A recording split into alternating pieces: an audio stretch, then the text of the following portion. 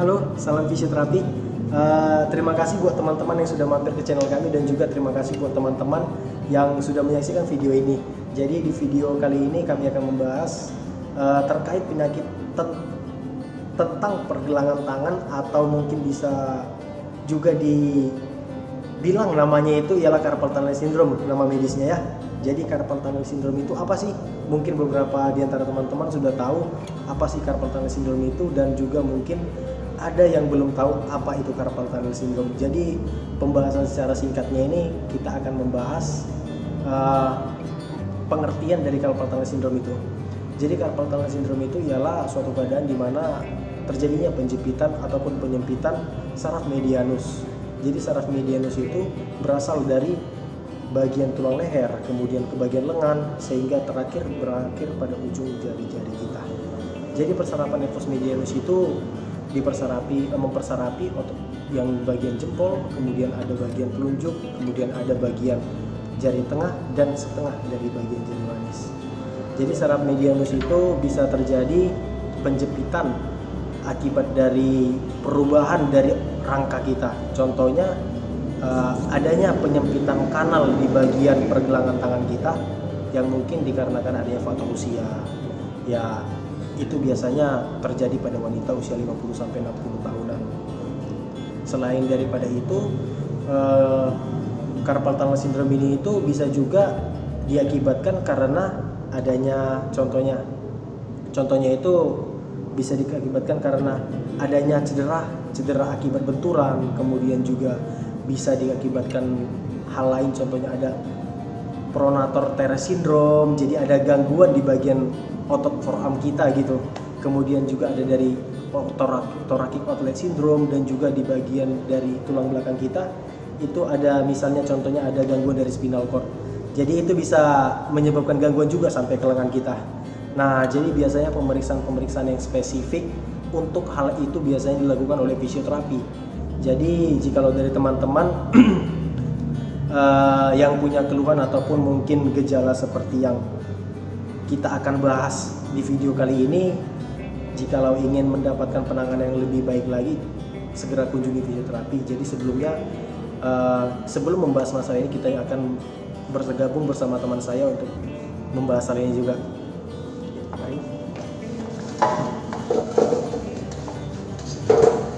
Nah, jadi seperti biasa, Bang Fredrik sudah gabung kemari. Kami akan berbagi informasi materi terkait beberapa pemeriksaan yang paling mudah, simple, sederhana terkait dari penyakit ini. Jadi kita akan membahas tulang. Jadi tulang ini kembali lagi kita akan menjelaskan sedikit. Jadi tulang itu ya ini ada tulang radius, ada tulang ulna. Nah, jadi saraf medianus itu berawal dari bagian leher kita, lengan, kemudian bagian forearm, sehingga dia ke bagian dan juga dia ke bagian ada bagian kanal namanya di sini. Kanal itu seperti ada lubang celah, dari situlah lewatnya nervus medianus. Nah, jadi nervus medianus ini beberapa pemeriksaannya yang paling mudah itu bisa dari gejalanya kita lihat dulu. Yang pertama, gejalanya itu salah satunya parestesia, Bang ya. Parestesia itu seperti perasaan adanya kebas, kemudian bisa juga tingling atau mungkin seperti perasaan geli kayak dicubit-cubit. Nah, jadi itu bisa salah satu gejala yang awal dari carpal tunnel syndrome ini. Untuk pemeriksaan carpal tunnel syndrome ini yang pertama itu ada namanya Tinel sign. Jadi Tinel sign itu apa sih Tinel sign? Bagaimana sih cara mendemokan Tinel sign itu terhadap pasien? Kita akan bahas di sini dan juga beberapa tes yang lainnya. Jadi tes Tinel sign yang pertama itu kita memposisikan posisi lengan penderita itu secara rileks terbuka seperti ini ya, secara supinasi. Jadi kita biasanya menggunakan pengetukan menggunakan hammer reflex. Tetapi kalau tidak ada hammer reflex itu buat teman-teman yang belum tahu ya, itu seperti martil, tapi martil kecil untuk medis yang biasa digunakan untuk mengetuk. Jadi hammer reflex ini kalau tidak ada bisa kita gunakan menggunakan jari kita. Jadi kita mengetuk di bagian pergelangan tangan kita, ya, di bagian pergelangan tangan. Jadi posisikan tangannya terbuka, suruh pasien relax, kemudian ketuk. Jikalau ada perasaan atau mungkin parestesia seperti kebas tadi langsung menjalar atau mungkin rasa nyeri, itu biasanya menandakan tes ini positif. Ada sakit bang? Nggak ada ya? Jadi tes ini itu seperti itu dia indikasinya. Jadi ada indikasi positif ketika kita lakukan pengetukan, dia itu akan menjalar seperti ini, terasa seperti kontak. Nah, dibarengi rasa kontak itu juga ada rasa nyeri. Nah, tetapi pada pasien-pasien yang kronis atau mungkin sudah berbulan-bulan bahkan bertahun-tahun ya bang ya, itu bisa saja tes ini negatif. Kenapa negatif tes ini? Bukannya ini tes untuk CTS.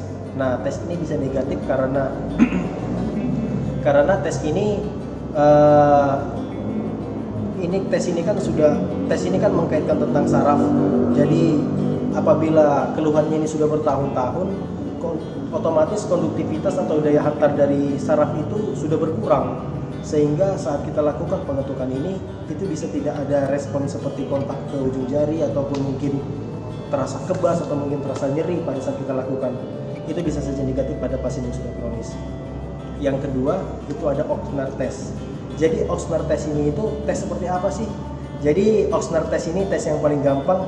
Tes ini juga berkaitan dengan nervus medianus, di mana cara penggunaannya kita dapat mengkaitkan jari-jari kita, seperti ini. Nah, jadi pada saat kita mengkaitkan jari-jari kita seperti ini, kita menggerakkan ataupun menyuruh penderita untuk menggerakkan jari telunjuk dan juga jari tengah untuk mengangkat ke atas. Coba diangkat bang. Nah, jadi jari tengah, perhatikan ya, jari tengah dan juga jari telunjuk diangkat ke atas. Suruh sendiri pasien untuk melakukan hal seperti itu. Coba angkat lagi. Nah, pada orang dengan lesi nervus medianus, ada gangguan nervus medianus, biasanya hal itu tidak dapat dilakukan. Jadi, jika pasiennya mampu melakukan seperti itu, bisa jadi nervus medianusnya masih bagus. Itu adalah salah satu tes nervus medianus juga, carpal tunnel syndrome. Nah, untuk berikutnya ada carpal tunnel sign. Jadi carpal tunnel sign ini salah satu tes yang paling mudah juga, yang sering juga digunakan ya bang ya.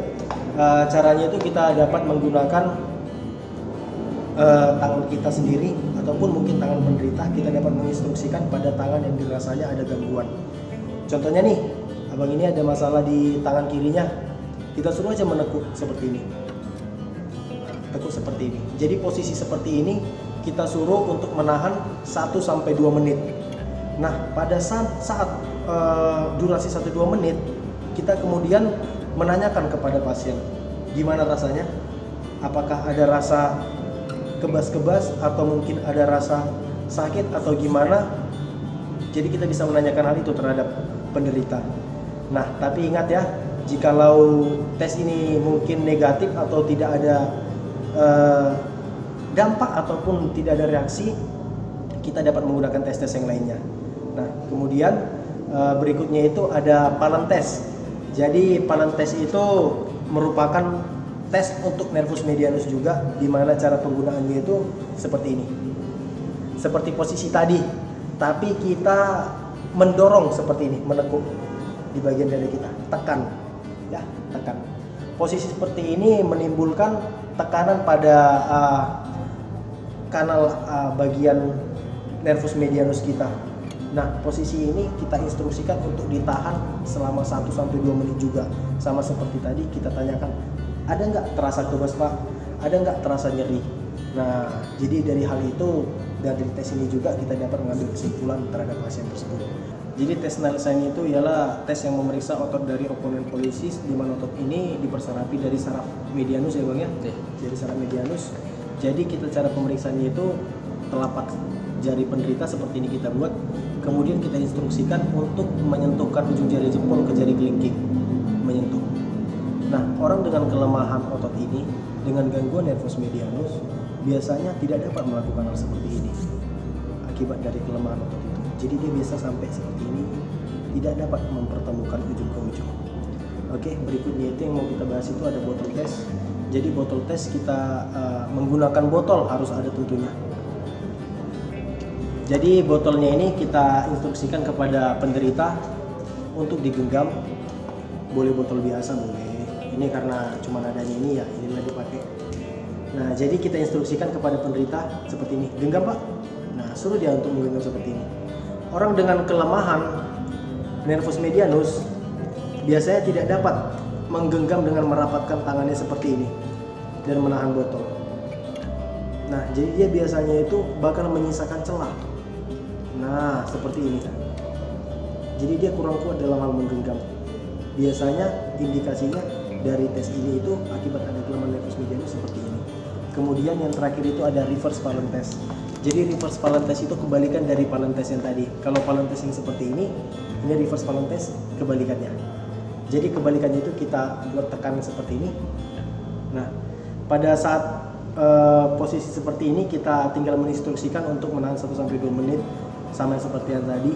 Kemudian kita tanyakan kepada penderita ada nggak keluhan ataupun gejala lain, atau contohnya kebas-kebas atau hal-hal lain yang sakit, nyeri atau gimana lah yang dapat mengganggu penderita.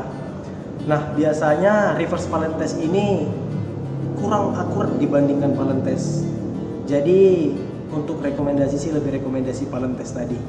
Jadi untuk teman-teman sekalian demikianlah pembahasan tentang carpal tunnel syndrome ataupun nyeri dan juga kebas pada tangan kita. Semoga video kami bermanfaat. Kiranya kalau konten ini bermanfaat, silakan di-share dan juga kepada orang-orang yang mungkin Anda tahu atau mungkin terkena penyakit ini, segera kunjungi fisioterapi terdekat, klinik ataupun juga rumah sakit terdekat. Demikian video kami. Terima kasih. Salam fisioterapi.